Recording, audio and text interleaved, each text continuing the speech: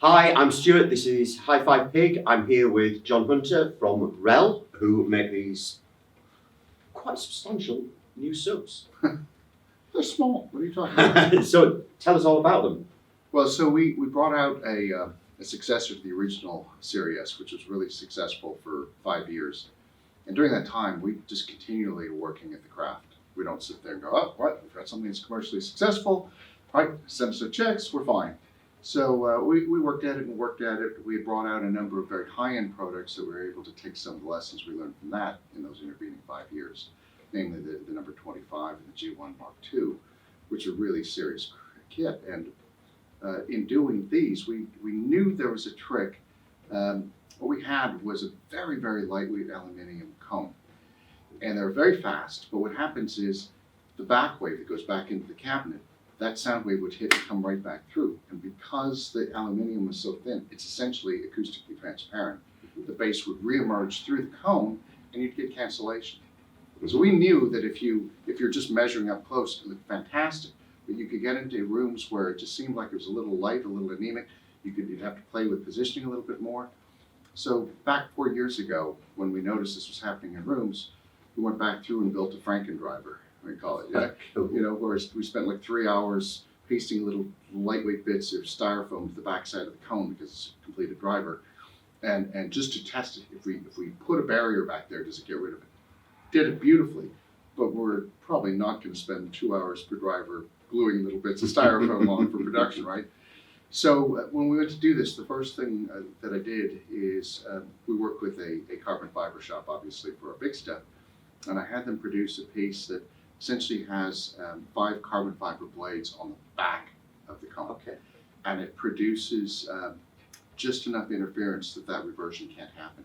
So we just went, is it working? We knew that the other version did. Is this working? Threw it in, went, oh my gosh. It was an immediate 50% upgrade in performance. And producible, right? This is a part that could be produced, glued on. The hardest thing was actually getting rid of most of the glue. The carbon fiber, Right, we get this thing, my engineers hand it to me and it's literally like, oh my, it's less than a sheet of paper. Fine, let's glue it on. Great, we've just added 15% to the mass of the driver. So we spent about 3 months figuring out how to get that weight down, worked a treat. So we had that. Now that you've got all that, you start going, what else can we do? One thing we really wanted to do was pull up the 0.1 performance versus the original. And that required virtually doubling the power on the larger one. This is the little one, this is the 510. The larger model is the 812. That went from 500 watts to 1,000. We actually limited to about 800. On a practical basis, it's more than enough. It's a very small cabinet. So we did that, and then we developed, towards the end of the whole process, a filter network that we call the perfect filter. It flattens out and extends the extremely low bass. We're getting numbers down in the teens. How low?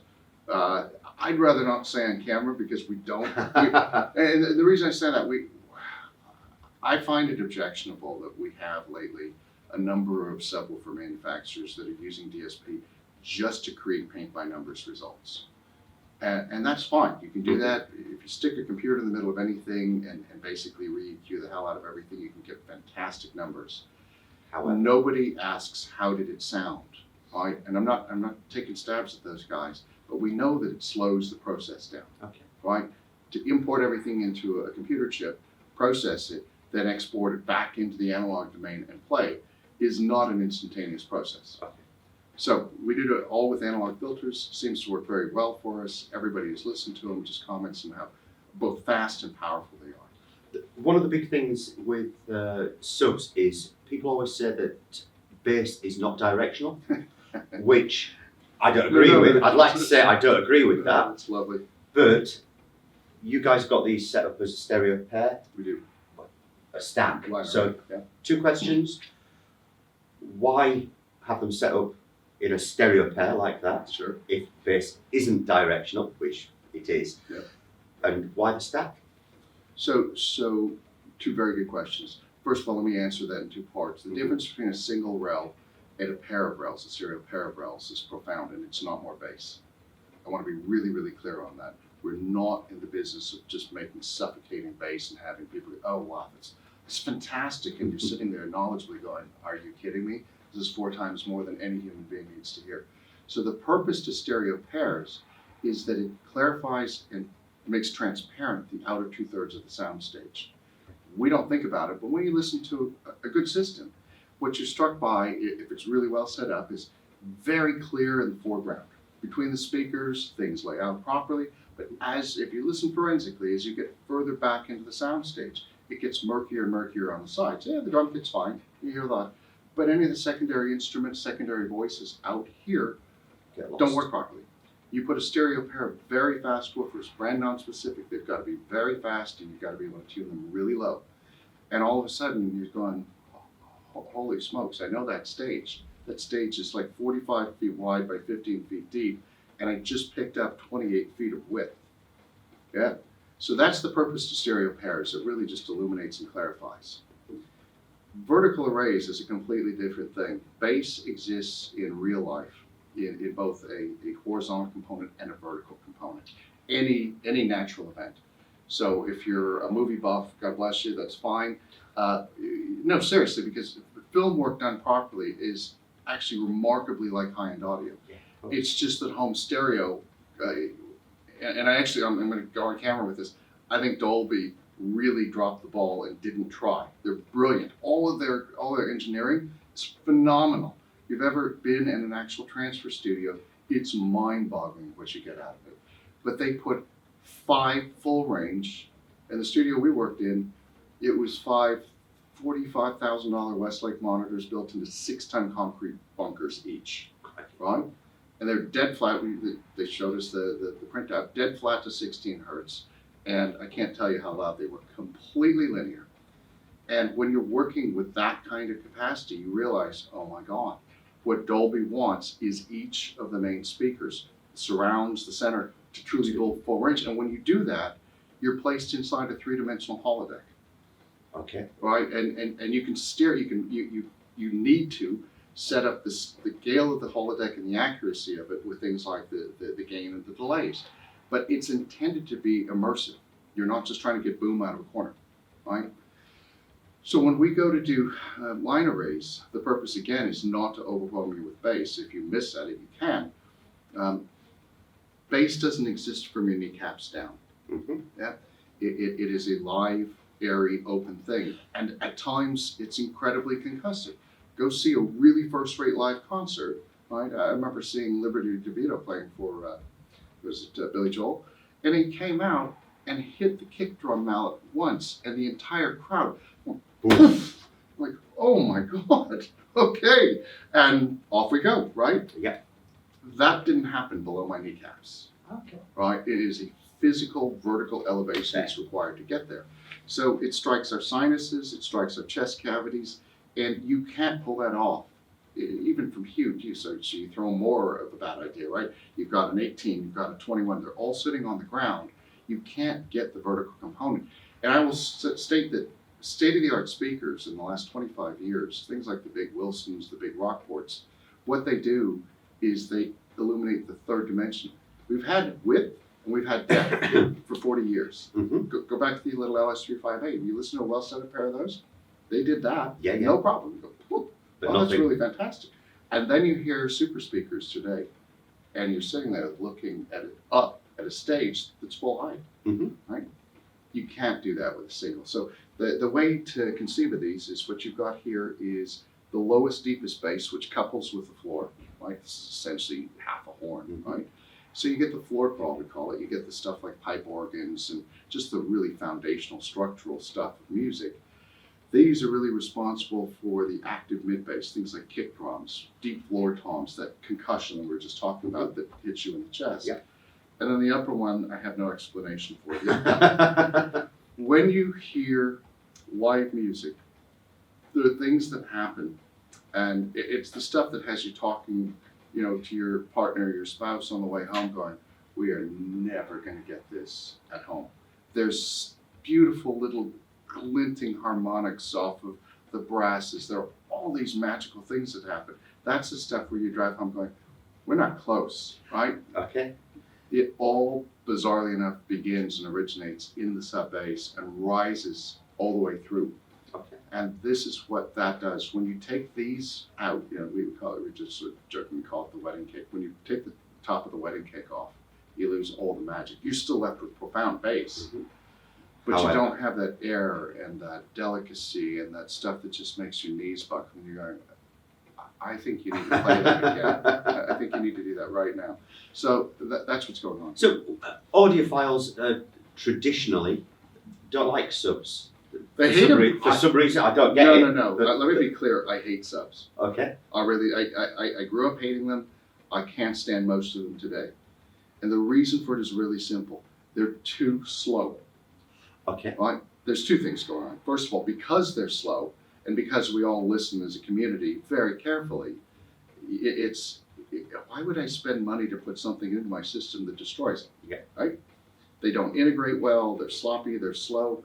When you come back later, we'll do some dems. I guarantee you, it will be the fastest bass you've ever heard in your life. Well, we've just listened Absolutely to was it incredible. Blue Man? Yeah. That you were playing when we came in, and that just sounded phenomenal. Right. I don't know the band, but it was visceral. Yeah. The whole thing was visceral, and I've experienced lots of subs and all the rest of it, but that was something else. It wasn't over bass heavy. It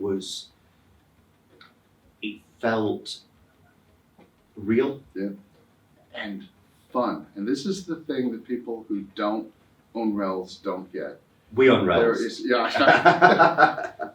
the purpose of it, when it's music appropriate, is this whole thing is supposed to be a bag of fun. Yeah. Right? And somewhere in the, let's say the mid to late 90s, certainly in the US, reviewers started becoming very obsessed with things like transparency.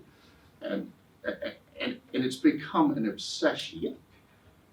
And along the way, we've forgotten what music is supposed to do, which is energize us, bring emotion. Hallelujah. I did a dem for somebody yesterday. I said, listen to this. This is great stuff. It's outtakes from real studio work that's going on. And in it, you hear Alan Taylor, who's the dominant. You hear his engineer on the talkback mic talking to the band in the studio.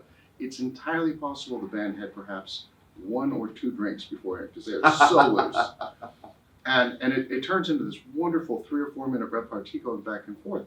With the RELs in, you're caught up in the humor, and the second or third time the same inane request is made, you start laughing, right? You're in it. And I said, I'm not going to tell you anything. Let's just take it out and tell me what your reaction is. We did the dem. Seth going, it's simply not funny anymore. Said, bang, you got it. Wow. You got it. It's emotional. So much the emotion and the dynamics of music. But that's what music's about, isn't it? It's about why are we doing this, fun. guys? Why? I agree completely. People are too serious about it all. It's a serious business. We're in business, and all the rest of it. You're selling subs, but It's supposed to let's be have the fun. fun Yeah. back in it. And so that's why I went hallelujah, and I get that completely. You know, I credit Richard Lord for so many things because I first heard them in '94. He approached us as to be one of his distributors, and it's too long a story to go into, but you know, I learned a whole bunch of things in that very first night about what had to happen because they had proper power supplies. They didn't sound like anything the first night, and it just went on and on. It's sort of been a lifelong journey. But when I finally got them up and running and integrated, I just couldn't believe it. I don't know if this will make any sense to you whatsoever, but when I read, no, non-technical stuff, when I read, the inner eye, the imagination that's required to create the landscapes, the creatures. I never went to see, for example, the Tolkien trio that they put out, plus The Hobbit, right, Mhm. as movies. And the reason I avoided it was not because I didn't think it would be brilliant film work. I have my own visual impression of what a Hobbit That's looks really like, interesting. what the Shire looks like. I created this world in my mind when I was, 9 years old or something, right? And I didn't want that disturbed. Okay. So I've seen since little bits and pieces of it. It's technically brilliant stuff. But even then, I saw enough of it to go, right, okay, it's a movie. So is the image that they've created anything like your image? It's not mine. It's Okay. not mine. I have very specific ideas of what an orc patting down on the, the Yeah, darkness yeah. of the caverns must look and sound like. And I just didn't want that disturbed. Anyway, RELs, going back to our industry, RELs are the first time I've been able to hear and capture the three-dimensional aural reality of being there. I played on stage for many, many years. I was a lead guitarist, not a bass player. What kind of So, music? rock. Okay. Very much rock. Classic stuff. I mean, this is the 70s, and you know, it was a different time. But when you play live, you crave that intensity and that clarity that comes from having, you know, a ride cymbal crashing in your ear 18 inches away. There's a purity and an explosive dynamic, and it's missing from almost all reproduced hi-fi. I did a dem for a very high-end webzine reviewer a couple of years back, and it was using a pair of very good speakers. They're Focal Sopra 3s, which is a very tough, tricky speaker to get right. It took 4.5 hours to dial them in.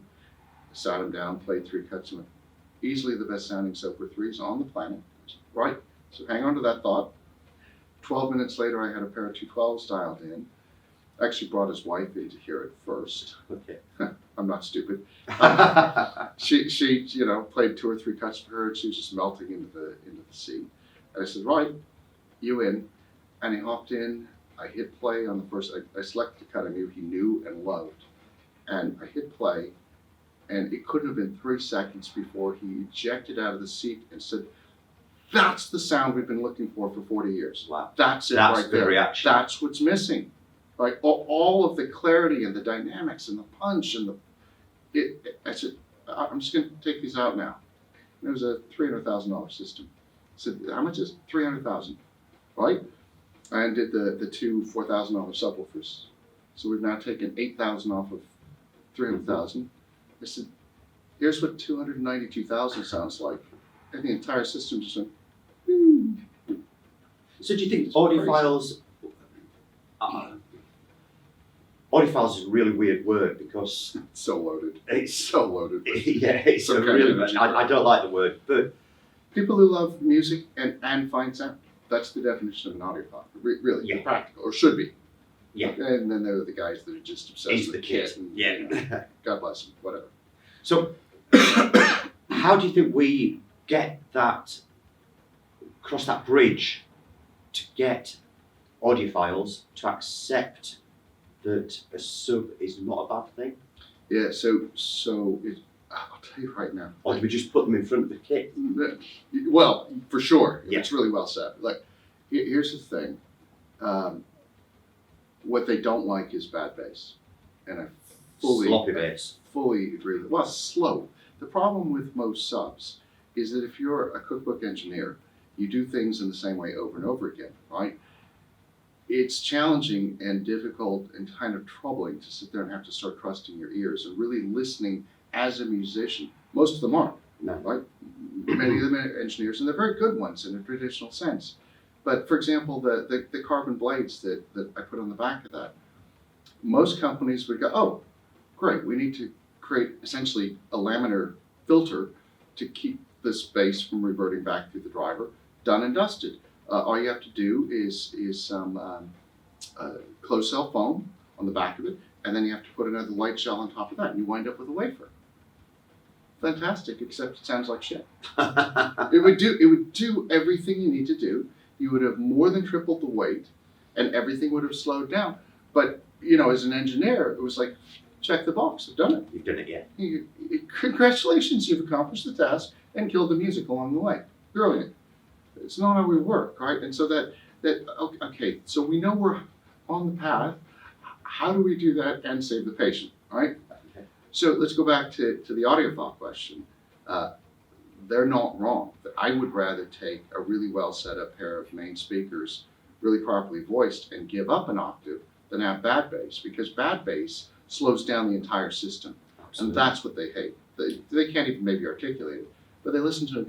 You just destroyed, you know, it took me 30 years to build my system to this point. Thank you very much. You put a conventional sub in with the wrong filters, slow drivers, the amplifiers are designed to be powerful but not quick, and everything just gets thuddy and dark. And you're like, oh, I'm not trading that for that.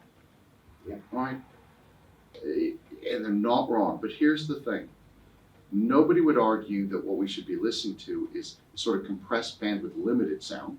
The moment you hear full range, which is all a sub is supposed to do, is convert a bandwidth limited speaker, a really good one, but bandwidth limited, these go down to probably, 40, 42 hertz, something like that. And you go, what's the big deal? And we're now going down to 19 or 20 hertz. What's an octave? A lot. Give the right octave and you get the other 9 back. That's what people don't get. When you get that pediment, when you get that foundation underneath the music, it actually corrects all of the rising harmonics.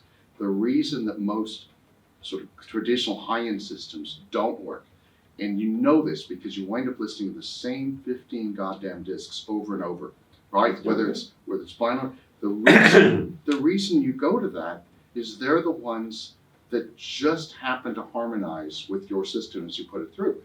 But the reason you don't play the others is because there comes very quickly a point as perhaps the dynamics start to increase, you start squinting your eyes, and then you start tensing your shoulders. And after about 15, 20 seconds, you say, I'm going to go find something else to put on. But you're not being honest with yourself. That's quite interesting because one of our test tracks is Contact by Daft Punk. Sure. And we always say if a system or a speaker can't play that, because it's very bass heavy, Yep. it doesn't stay in the house very long at all. And because it's bass heavy, and you're absolutely right, it's that speed of the bass that's vital. And if the bass isn't coherent, if it's not fast, which is what I'm getting from this conversation, is speed. Huge. And if it's lagging behind a little bit, you lose everything else. Yep. Everything else is lost. And as you said, the bass is the bedrock.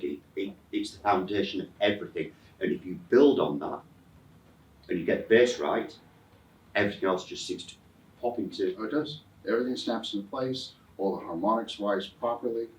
It's incredible. I give people who are not technical an example of how annoying a slow subwoofer is. We've all had this experience. You're at a long traffic light. You're 10, 12 cars back, and the light turns green, and only 9 cars get through. You're the second in line. Well, those are the brakes. It's fine. At this point, you've been doing this for 2 minutes. You're a little chuffed, but we all have to wait our turn in line. No problem. Fellow in front of you is driving a black 5 Series BMW. Everything's going along fine. And you've been sitting there for a minute, and you know it's going to turn green somewhere in the next 15 seconds. And you see the bloke's head drop. And you know he's texting. 2 things. First of all, I would guess I'm at about 5 picoseconds now. My threshold for tolerance of this nonsense is 0.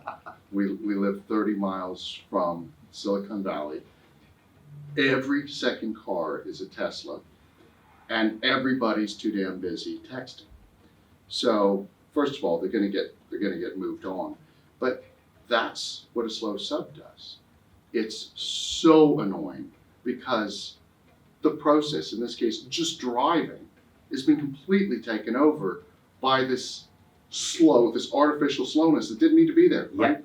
And if That's we a really like good the analogy, music, actually. you're like, holy Christ! If we turn that off, I get all the enjoyment back, but not the real foundational bass. I'll take that. But when you get them both, magic happens.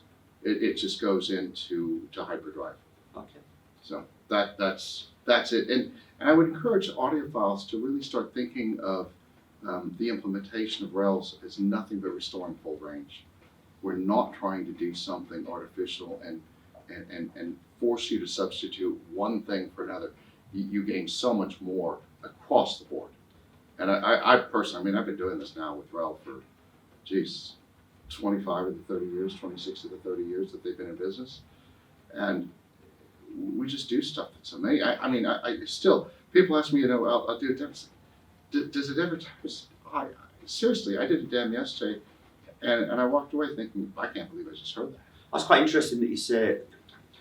I've sat in front of a lot of systems, AV systems, and what I've pretty much always brought away is it sounds artificial. Yep. We've just listened to that, not for very long, but it didn't sound artificial. Well, that one's a really fun one. It captures, first of all, the real joy of this, right?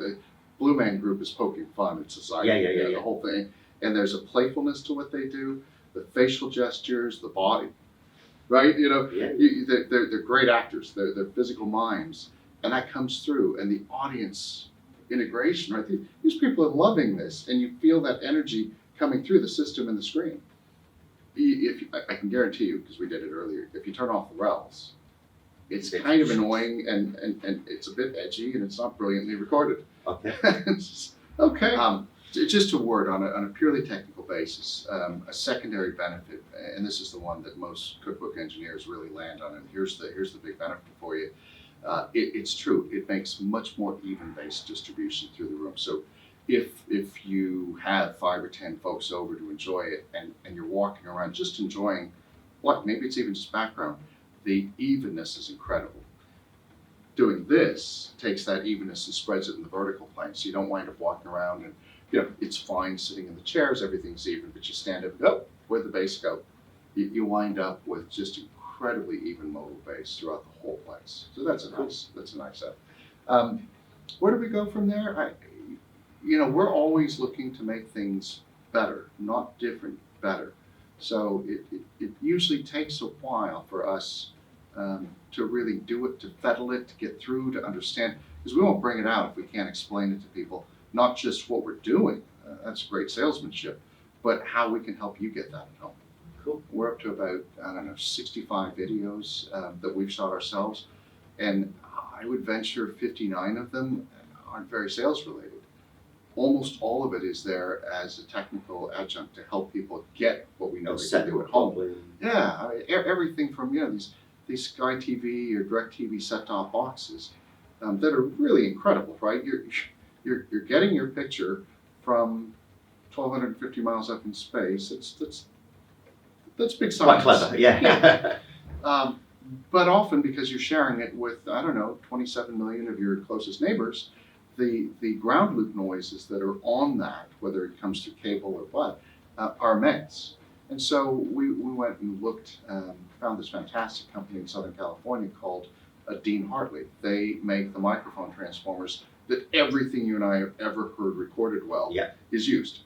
And they make this wonderful little piece. It's about $100 US that you put at the input to a Sky TV box, screw the F connector in because you want to get it before it gets into your system and pollutes, and it completely decouples it from this noisy line coming in. And people are like, that's a miracle. I mean, I've been living with this for 2 years. We share all of that stuff with our clients and everybody. I don't care, go buy our competitors. If you have hum and noise from that, put one of these things on. Cool. So we just try to help. Thanks so much. Thank you. Absolutely. That's been great. Thank you. Guys. That's